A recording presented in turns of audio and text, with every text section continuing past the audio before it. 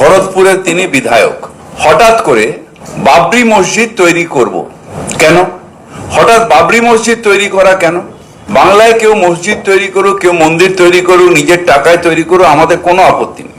কিন্তু বাবরি মসজিদ করা অর্থাৎ সেই যে ধর্ম অন্ধতার যে ঘা, বাবরি মসজিদ ডেমোলিশনের মধ্যে দিয়ে ভারতবর্ষের নেতারা তখন বলেছিলেন ভারতবর্ষের সব থেকে কালো দিন, সেইটাকে আবার উস্কে দেওয়া, অর্থাৎ ধর্ম অন্ধতার দিকে সমাজকে ঠেলে দেওয়া। আবার 6 তারিখেই বা কেন? কেন হুমায়ুন ভাই কেন অন্য নাম দিলেন না? অনেক শহীদ হয়েছেন, তাদের নামে কেন করলেন না? মুর্শিদাবাদে যদি এতই টাকা ওনার কাছে থাকে তাহলে ওখানে অন্য কিছু কেন করলেন না? স্কুল কলেজ কেন করলেন না? কেন শুধু এই সেন্টিমেন্টের ওপরে? তাহলে বাংলা কি এগোবে না শুধু বাবরি মসজিদ আর রাম মন্দির এর মধ্যে সীমাবদ্ধ থেকে যাবে? না, এটা আসলে বিজেপির একটা অভিসন্ধি।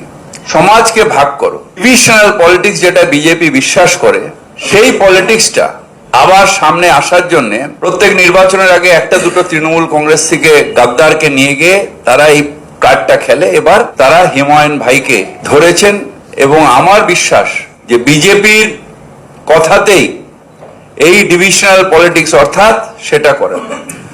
আপনি রেজিনগরে থাকেন, ভরতপুরের বিধায়ক, কেন বেলডাঙ্গায় বাবরি মসজিদ হবে?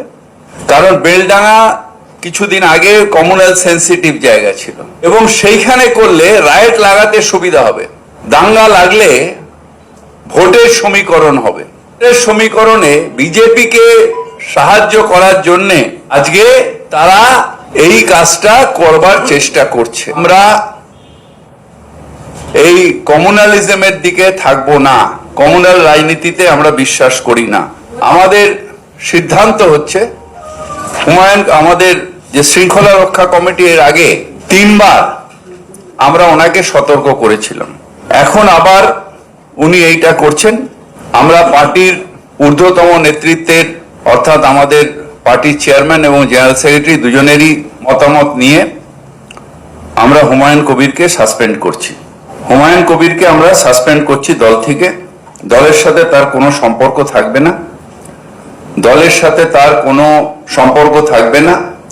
তার কারণ যারা ধর্ম নিয়ে রাজনীতি করে, ডিভিশনাল পলিটিক্স করে, মানে ধর্ম নিয়ে মানে ডিভিশন ভাগ করার চেষ্টা করে, তাদের সাথে দল কোনো সম্পর্ক রাখবে না।